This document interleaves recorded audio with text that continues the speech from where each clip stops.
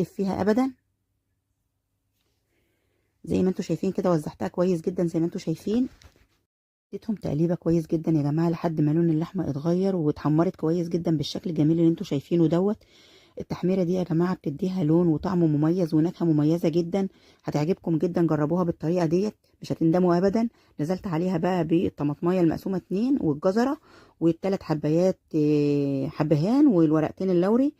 هتعجبكم جدا الطريقه دي، جربوها. قلبتهم كويس جدا مع بعض يا جماعه لحد ما كل النكهات دي الحلوه دي تندمج مع بعضها كده وتتجانس مع بعضها وتنزل لنا كل الطعم الحلو والريحه الحلوه اللي فيها. بعد ما شوحتها كويس جدا يا جماعه على طول هنزل عليها بالميه المغليه، ولازم تكون هنا الميه مغليه جدا يا جماعه علشان الميه المغليه دي بتكمل معانا عمليه التسويه، وكمان بتقفل لنا برده مسام اللحمه كويس جدا وبتسرع لنا في عمليه التسويه. هبدأ بعد كده